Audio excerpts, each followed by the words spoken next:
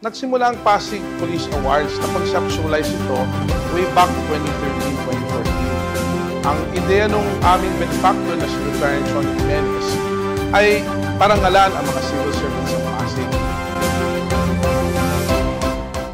This idea to the Pasig Rotary. So I just want you to realize that I really feel it. I really feel na dapat kayong i-honor. Dapat kayong ipagmalaki. And I honor you, I pray for you, and I love you. Thank you very much, mga pulis.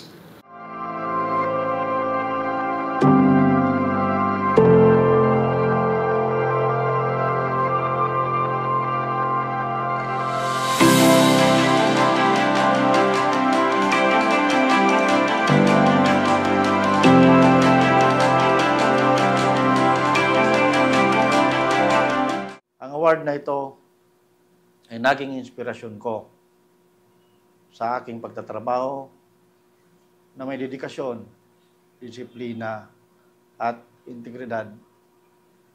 Sa aking mga kasamahan sa Pasig Police Station ay iniikayat ko na lalo nating gampanan ang ating trabaho para mapanatili natin ang katahimikan at kaayusan ng Pasig.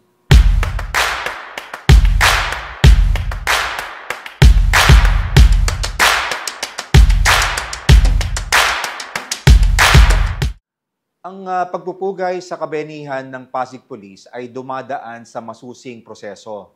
May mga screening ang pinagdadaanan ang mga aplikante at matapos gawin to, ini-screen sila dito sa Pasig Police. Dahilan kung bakit po ako sumali dito. Gusto ko pong i-share sa mga mamamayan kung ano yung ginagawa at trabaho ng bawat pulis. At nagpapasalamat po ako ng sobra sapagkat meron pong mga ganitong organization na nagbibigay ng mataas na pagkilala sa aming mga kapulisan.